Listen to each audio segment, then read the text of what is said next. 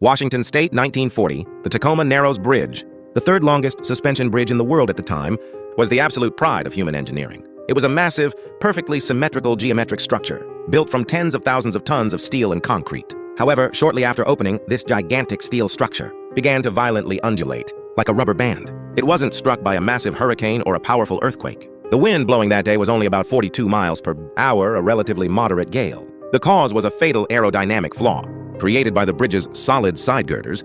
As the wind slammed into the flat sides, it created alternating vortices of air above and below the deck. The invisible frequency of this wind began to twist the structure.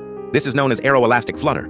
With every twist, the bridge's own structural movement absorbed more aerodynamic energy from the wind, amplifying its own torsional vibration to infinity. Ultimately, the moment the invisible fluid energy of the wind exceeded the torsional limits of the solid 3D steel structure, the concrete shattered, and the massive steel suspension cables violently snapped in mid-air like thin paper. This was the fatal cost of obsessing over visual solidity, while entirely failing to calculate the invisible, fluid dynamics of aerodynamic frequencies. The Tacoma Narrows Bridge collapse remains a chilling physical fact, proving that no matter how massive a human-built steel structure is, it is nothing but a fragile toy against the invisible aerodynamic energies of nature.